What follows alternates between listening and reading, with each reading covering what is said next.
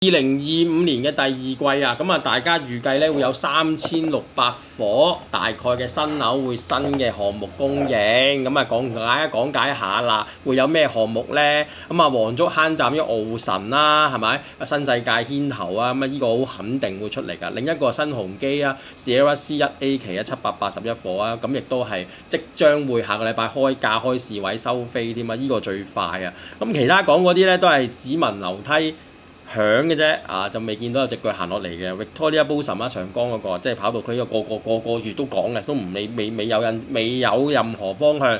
Miami Q2 啦，又係話上咗樓書咁樣，但係又冇咩方向喎。咁啊天2期啦，584伙啊。咁呢個咧新鴻基喺短期內應該就搞 Sierra C 先嘅，唔會喺短期內會出㗎啦。咁之前聽聞過就賣現樓嘅，唔知而家會點樣睇啦，係咪？咁但係咧，我想講嘅就係貿易戰黑色星期一跌咗3000點之後咧，咁我好明顯感覺到發展商係慢咗嘅個步速。你見到其實4月今日去到差唔多中間啦。即係得我頭先講嗰兩個盤，一個奧神，一個Sierra C 跟翻原先佢哋個計劃拎出嚟賣啫。其他嗰啲可能都突然間褪咗失咗蹤點嗰啲發展商拖得拖咁賣樓嗰個。咁當然啦，大家即係除非你老細岌頭嘅啫。如果唔係嘅，我作為買樓嗰個員工，無需要喺呢啲波動嘅市況拎我啲新盤出嚟比較啊，除非我老細好有信心啊，或者你對自己樓盤即係嗰個質素各樣好有信心，或者簡單啲講你好等錢使啦，或者即係調翻轉講真係信心咯，係咪？好似新鴻基 Sierra C，我相信新鴻基唔等錢使嘅，但係喂佢對自己質素樓盤有信心啊嘛，咪跟翻自己步伐買咯，咪同埋相對地佢買一啲係中小型單位佢781伙咧。有70%都係1房2房嚟嘅，咁呢啲2房1房1房可能300尺咁301尺，2房都係430零尺450尺咁樣，咁你賣得幾貴啊？買呢啲咪即係上車盤？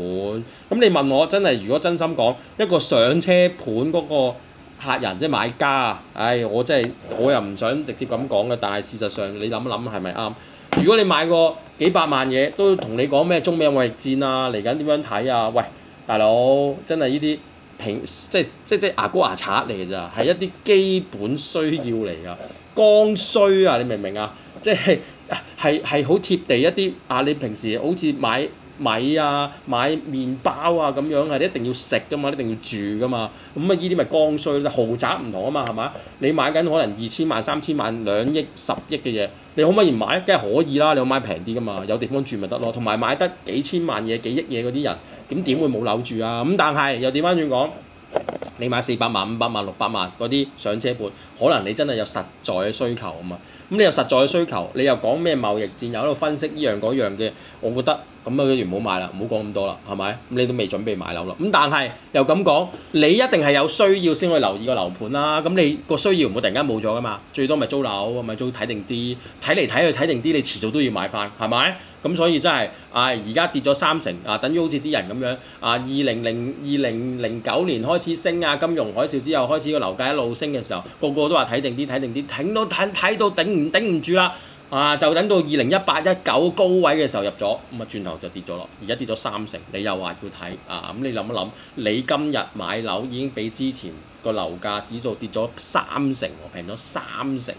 係咪？再跌落去空間大唔大咧？當然都有，係咪？咁但係你要衡量翻自己咯，係咪？第一你個年紀再等落去，喂老咗，你又做唔到30年按揭嘅咯喎。第一，第二，如果你係份工好穩定嘅，你又根本你唔使驚俾人炒嘅鐵飯碗嗰啲嘅，你好驚咩買落去咧？係咪？租樓就一定係俾咗業主啦。當然呢個就成日都要討論㗎啦，即係租樓好定賣樓好嗰啲，咁你。租樓你覺得你遇到個好業主咪好咯？你遇到個衰業主咪唔好咯？咪但係衰業主都好多我都遇過好多。咁跟住第三，喂簡單啲講，你買樓，喂你真係買咗嗰層樓係你自己啊嘛，你又可以裝修，又中意點樣搞都得啊嘛。你租樓你唔會走去裝修啊嘛，所以即係你中意自己搞裝修嗰啲人咧，冇得等，一定係要自己買。尤其是而家呢一刻，真係你問我喺第二季嚟到2025年。咁啱啱就好有個呢個貿易戰，我相信係一個短期嘅震盪嚟嘅，長期嚟講冇乜可能喺美國即係即係可以長期同中國脫歐喎，因為點解啊？你全世界啲嘢都 make in China 啦，你唔用，你去邊度用啊？咁一定係中國有佢個競爭啲廠啲實力有翻咁上下個供應鏈嗰個齊全嘅程度，先令到全世界都用中國嘢啊嘛，係咪？先會價廉物美啊嘛，係嘛？如果唔係嘅，喂，即係等你問我而家成日拼多多啲嘢好多都價廉物美，咁你諗下，一定係佢做得好個廠家，你先會有啲價廉物美嘅嘢啦，係嘛？咁所以即係呢個係自然會發生嘅嘢嚟㗎，呢個係物競天擇，呢個大自然嘅定律嚟嘅，即係一定係做得好，啲人先會揀你，你冇得點樣用呢啲關稅啊去阻止佢，好難嘅，所以短期內會有影響，長期都係會翻去均衡點。所以你問我喺呢啲情況之下，你使乜驚會影響個經濟好多咧？係咪？當然有機會影響，但係都正如我頭先所講啦，你份工好穩定嘅，係呢啲時間買㗎啦。第二季趁市況有波動，啲發展商定價都平啲嘅時候買落去，咁咪將來過多10年、20年之後個市好翻，各樣一定好翻啦。咁你一定個樓價通脹啊嘛，係咪先？物價上升啊嘛，銀紙貶值㗎嘛，咁你遲早都一定贏嘅。等於結婚咁樣，你買金喺高位買咗幾十年前，而家再高位啦，係咪？咪一樣賺。